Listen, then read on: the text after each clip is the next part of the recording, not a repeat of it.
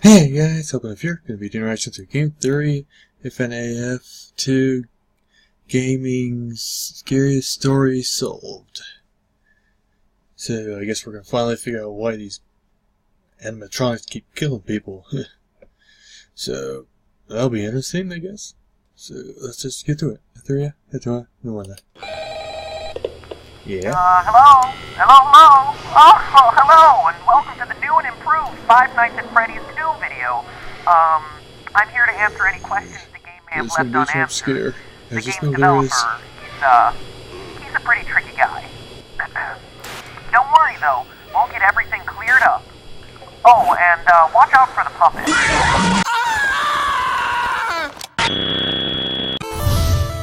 Yeah, a little late on the puppet warning.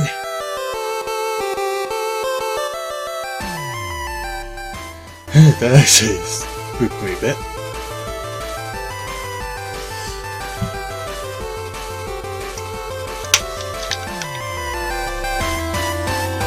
Hello, Internet! Welcome to Game Theory, the show that promises not to include any more gratuitous jump scares, unless that's just what I want you to think, so I can lull you into a false sense of security and scare you again. But I wouldn't do that. I'll just let the uncertainty of whether a jump scare is going to happen or not drive you insane for the rest of this episode.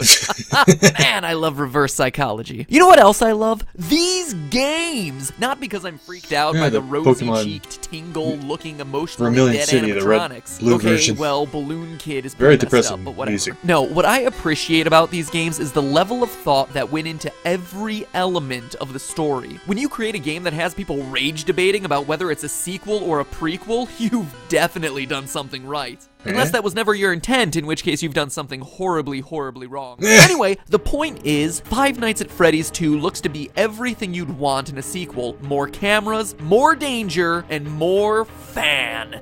Oh, the fan. That also comes with more questions. Questions Never played about the the game. game's lore. And while others will Too provide you with the spooky jump looking. scares, I provide you with what everyone really wants, answers. Well, maybe not everyone. What an elite, educated subset of you really want, answers. So grab yourselves a slice of Freddy Fazbear's signature pizza, cause we're about to dig in. Ugh.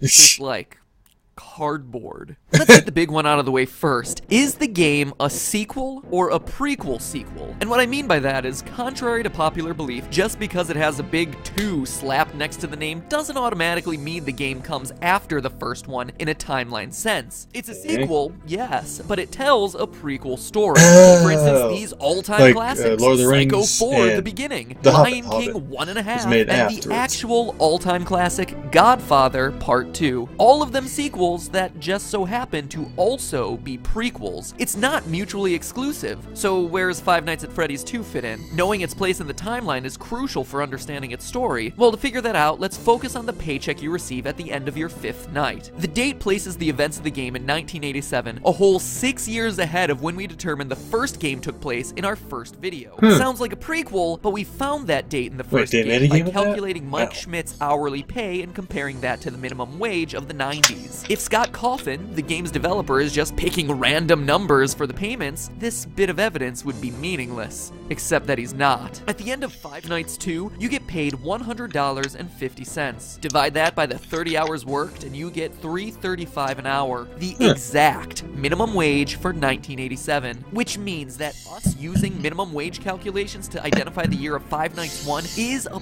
perfectly valid way to prove it, and shows that it takes place after the events of Five Nights 2. Still don't believe me? Players brave enough to survive the extra night 6 are rewarded with a bonus check and a newspaper clipping that says the toy robots are getting scrapped, and that the old ones are going into storage for a new, smaller scale version of the restaurant. That would explain why the old models reappear in Five Nights 1 and the toy models don't. And notice how it mentions a smaller version of the restaurant. The building in Five Nights 1 is significantly smaller than the setting of Five Nights 2. Need more evidence? What about the fact that on the first night in the office, the phone guy explains that the robots used to walk around during the day just like they do in Five Nights 2, but not anymore. Or the fact that phone guy dies in the first game, making it hard for him to also be the phone guy in Five Nights at Freddy's 2 if it takes place after. Call me the Phantom Menace, cause every way to Sunday, this game is a prequel. So with that revelation out of the way, we're able to piece together the rest of the timeline and dig a little bit deeper. Posters everywhere in Five Nights 2 welcome you to this new location, implying that there was another Freddy Fazbear's Pizza somewhere before this one. Additionally, the phone guy makes reference to it on night 1, mentioning the old location and how it was left to rot. So we know that there was one Freddy Fazbear's Pizza for the first game, one for the second game, and one that came before both of them that we've never seen. But even before that, the phone guy also mentions an even older restaurant called Fredbear's Family Diner, which,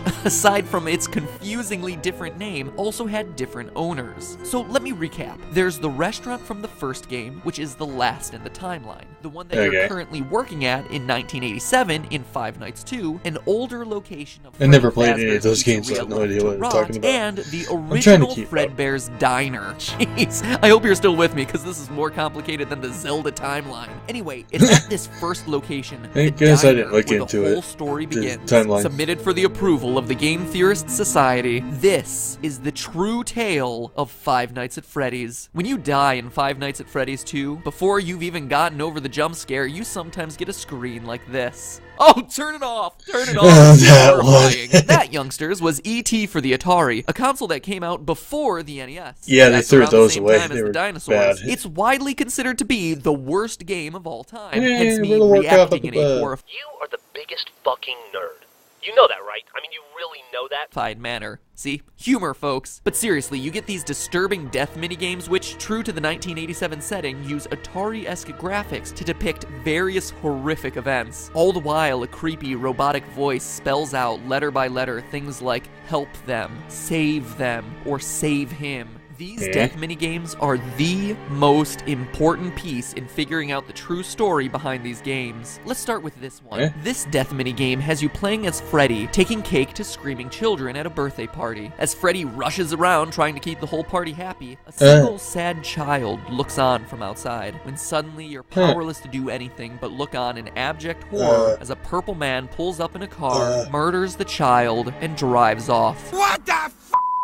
It's my belief, loyal theorists, that this game takes place at Fredbear's Diner, and is chronologically the first event that we see in this timeline. How do I know? Well, it's a small establishment, and there's only one animatronic, Freddy, as opposed to all the other games which show other robots. But more importantly, this murdered child is the one that sets everything into motion. One of the new tasks added to Five Nights at Freddy's 2 is winding a mysterious music box that we're told placates one of the animatronics. If you fail to wind the music box, what you're introduced to is this terrifying thing, the puppet. It looks like No-Face from Spirited Away. You know what else? Take a look at that murdered child again. See how his tear tracks remain visible on his face, even after he's dead? If we assume that they'll continue to stay with him into the afterlife, we can make a pretty good case that this kid's murdered spirit eventually found its way into the puppet animatronic. But that's not all. What jump scare happens after this Save Him minigame? After seeing this tear-stained child's murder reenacted in 8-bit, the puppet jumps out of the screen and attacks you. Coincidence? I don't think so. That incident marks the first time the chain is ever associated with a violent act carried out against a child, and we can infer that it was this incident that caused the original owners of Fredbear's Diner to sell off to the company now known as Fazbear Entertainment. Now, I don't know about you, but if I was senselessly murdered and left to haunt a crappy pizza place for the rest of my life in the body of an awful-looking clown doll, I'd want to get my revenge as soon as possible. Unfortunately for our vengeful puppet, though, it doesn't quite turn out that way. Fast forward a few years to Freddy Fazbear's Pizza, the first location, the one that has yet to appear in a game. This new restaurant is the one we learned about in my earlier episode and throughout the first game, where our pal the murderer uses a golden Freddy suit to lure away and kill 5 children in the back room. As we read through the various articles on the wall, he gets caught the next day, but the bodies are never found, presumably because they've been stuffed into the animatronic suits. The restaurant stays open for a few months until the dead body stink starts to waft off the robots and causes the place to get shut down for health reasons. reasons. But how do we know this happened in the first pizzeria's location? Again, we turn to what the phone guy says. On night 2 of Five Nights 2, he mentions the smell coming from the old animatronics, the smell that got the original restaurant shut down. We also know that after the Golden Freddy incident, it took multiple months for the restaurant to get shut down. That couldn't have happened in the restaurant of Five Nights at Freddy's 2, which is shut down on night 6 and into the foreseeable future. But outside of these lore clues, it also makes logical sense. Before the Golden Freddy murders, there was one dead child whose tear-stained soul existed in the form of the puppet. But now there are 5 more dead children, and thanks to another of the death minigames, we find out exactly what happened to them. In the Help Them minigame, the puppet stuffs the dead children into the robotic suits, giving their souls that's too life, coincidental. and preps them for their eternal mission of vengeance. But MatPat, you say through your chattering teeth, there are only 4 dead children in that game. To which I tell you, look closer if you dare. For the frame right before Golden Freddy's head jumps out and attacks features the lost 5th dead child.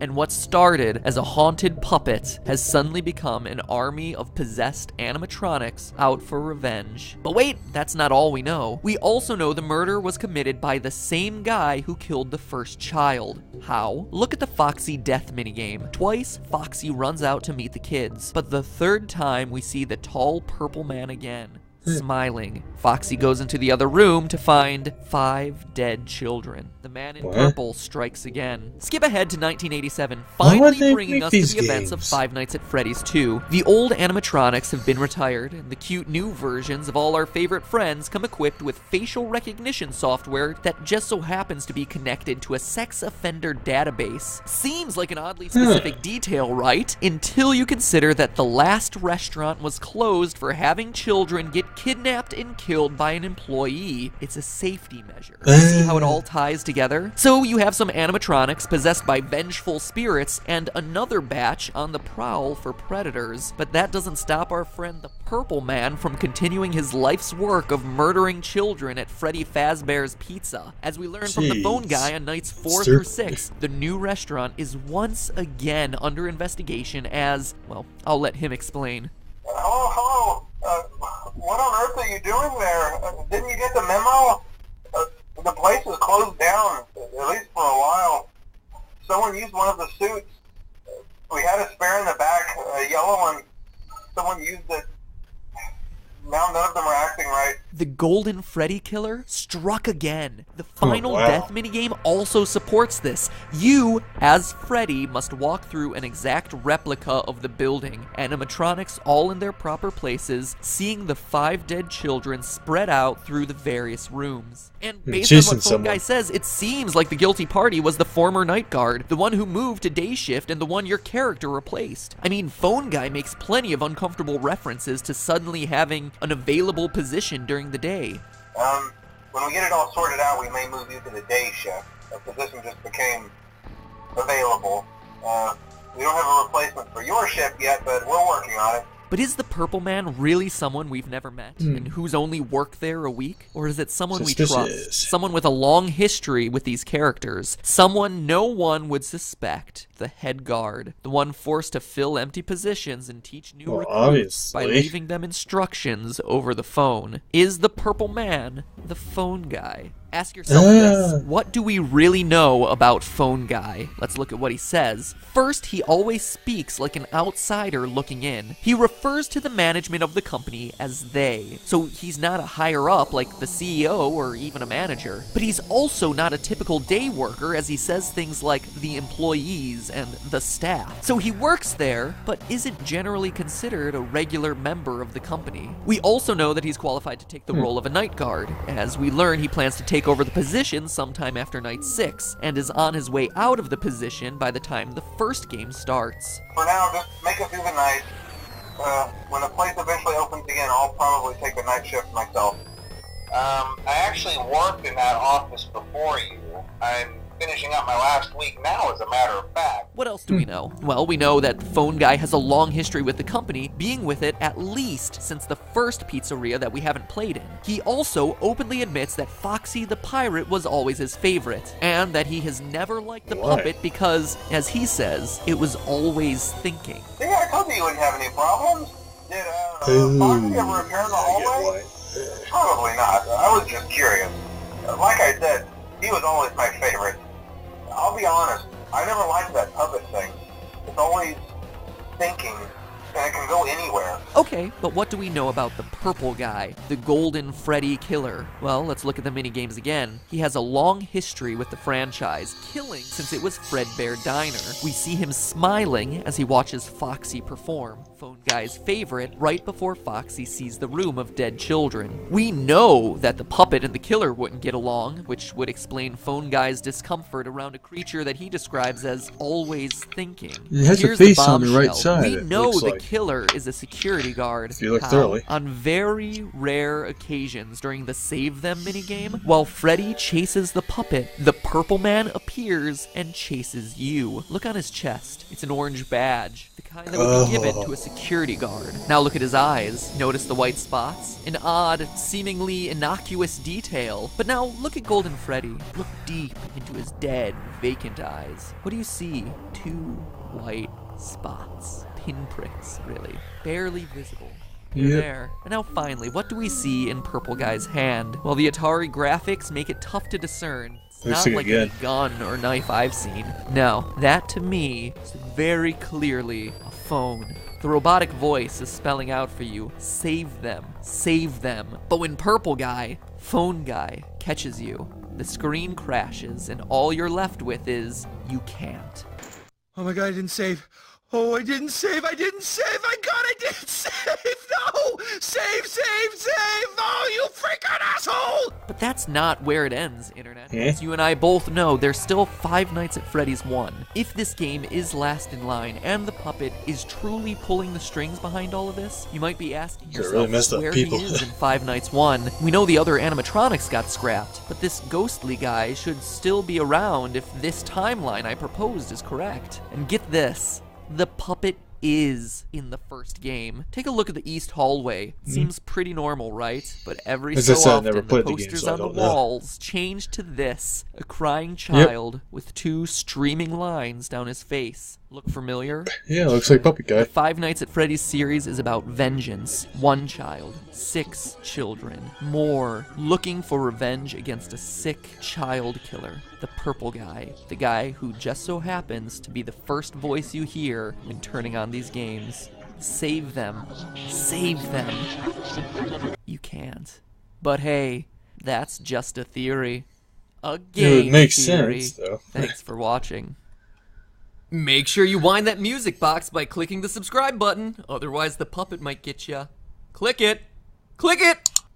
Nah. Guess you were safe after all. It's almost the holiday break. You know what I like to do during this time of love and gladness? Catch up on my favorite TV shows. But at this point, I don't have I haven't cable seen and Code should Lyoko probably in so avoid long. pirating things, which is why I subscribe to Hulu Plus. And by clicking the link in the description or typing in huluplus.com Never been to Hulu. MadPat, you can get a free 2-week trial I of go with nonstop Netflix. binge watch for all your favorite shows, like Bleach, One Piece, Family Guy, Sword Art Online 2, or if you're like me, you'll probably relive They the don't glory have days Bleach. of the 90s Shit. by Netflix doesn't have a lot of Sabrina the stuff. Teenage Witch for days on end. Ugh, get together Well, they with tend to Harvey have these, already. but- While everyone well, else actually, is fighting hordes at the mall, you, the smart one, will have done your online shopping and be lounging around working your way through season 1 of Drunk History. Aren't we So lazy get enough? your 2-week free trial by clicking on huluplus.com/MadPat. The weather outside may be frightful, but the Hulu Plus is so delightful. That was admittedly very cheesy. And pause. Well, that was my reaction to Game Theory FNAF2. Gaming's scariest story solved. And yeah, have a nice day.